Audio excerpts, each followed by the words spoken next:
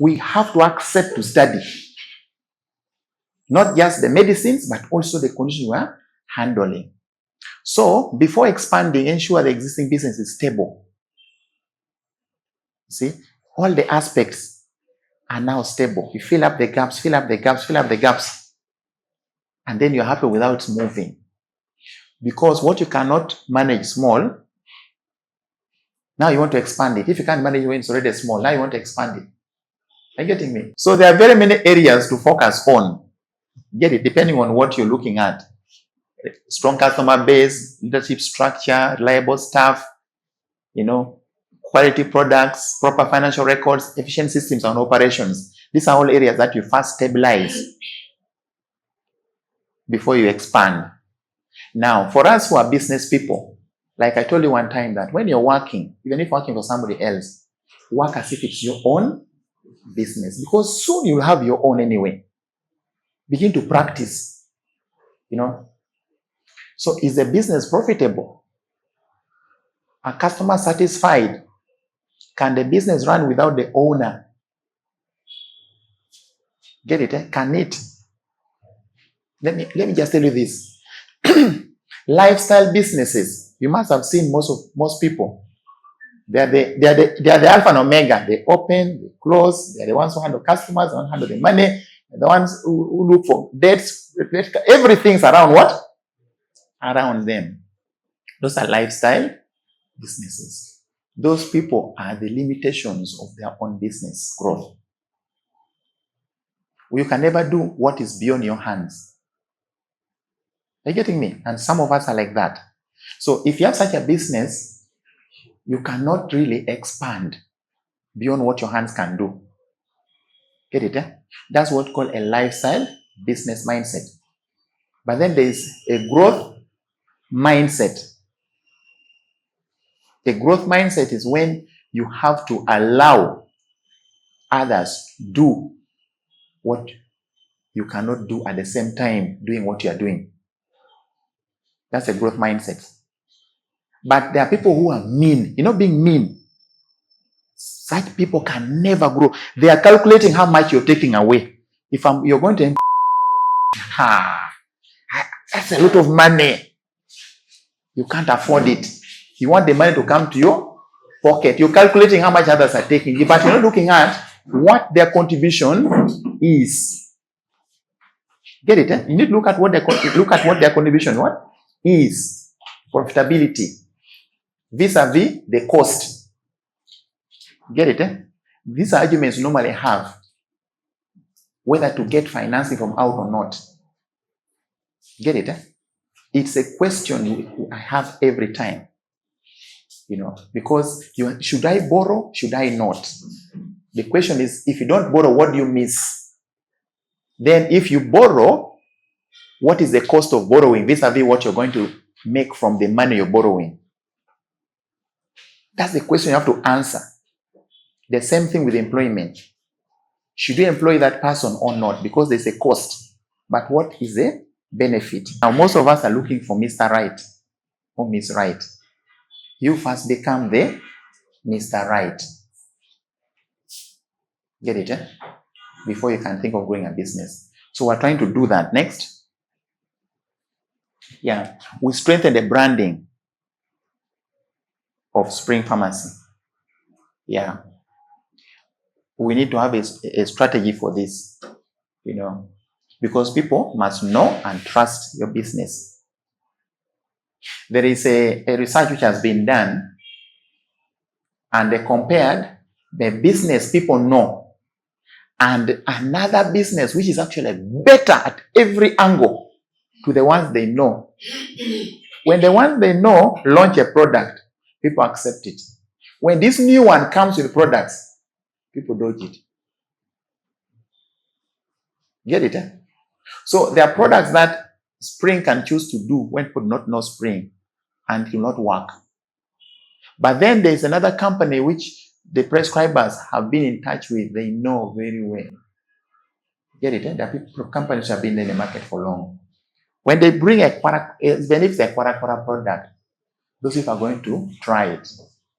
For you, they are just going to look at it and doubt. It means it pays for you to work your way to be trusted. We're together. It pays. Yeah. So improve brand identity, logo and packaging, customer experience. There's a time I had to insist that we buy branded bags. Get it? Of course, it's more costly, but there's no way. See that? Yeah, there's no way. If you serve a client 10 times and, in their home, they're saying spring, spring, spring. Get it? And they're recovering. They know that that's a good company. But if you don't do that, it's difficult for them to know. So we have to work on it. There's a costing to it. Then the customer experience.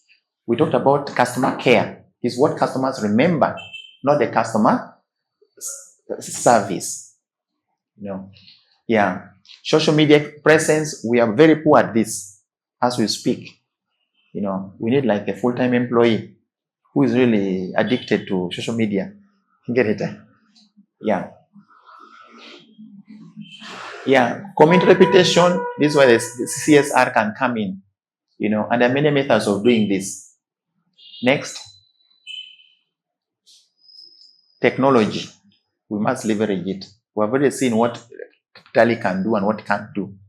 When it is down, how we suffer, how we struggle. Get it? Yeah. Next. Don't expand too fast. Start small, then scale up. We're going to do the same thing, even in cosmetics. The products we start importing or even buying will be for our retail first, from which we'll begin to give out. Then whatever moves is what we replace. You get it? Yeah. So test one new branch, pilot new products, start with one new market, evaluate results before scaling further to reduce risk. Next. Then you should be able to monitor performance. We may need to introduce a new system to break up the company to handle Tally. We mean to handle cosmetics. So we're able to monitor what is happening. Get it? Right now it is mixed up. You can't know how much of the sales is due to cosmetics. It's good to separate. Yeah. Next.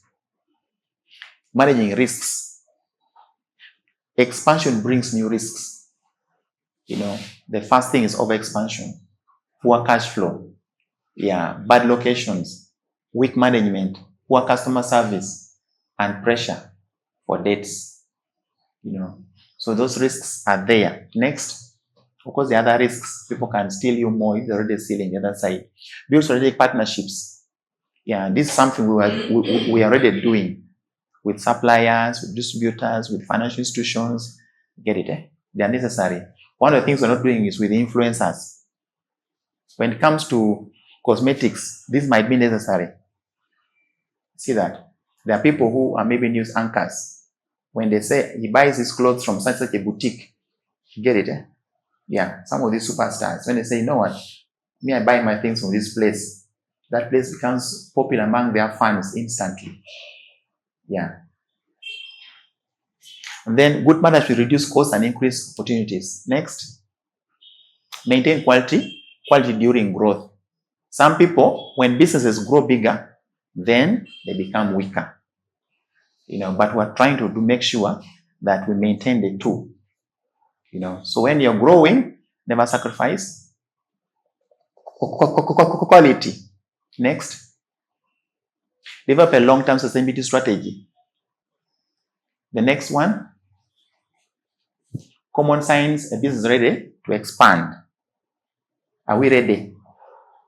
The first thing is consistent profitability. That's a question mark because you don't know. Strong demand. You may see some demand for some products, and how many people are waiting for you. Loyal customers, stable cash flow, efficient systems, strong management team, and market opportunities that are available to you. Next, common causes of failed expansion. Expanding too quickly, lack of capital, poor planning, weak leadership, ignoring customer feedback, poor market research, and lack of systems. Some of them were not scoring very high. Get it? But we are there. Next, Yeah. So basically, you realize that the Bible expects us to plan before you do something. Get it? It's very serious. Nobody goes to build a building without, first of all, counting the cost. There's even where Jesus says you cannot go for war with an enemy before you assess the strength of the enemy. Get it? Yeah. And when you're diligent, your plans will always work. When you're diligent, when you're hardworking. So don't go for deals. Simply continue your hard work. You will never lack. Yeah.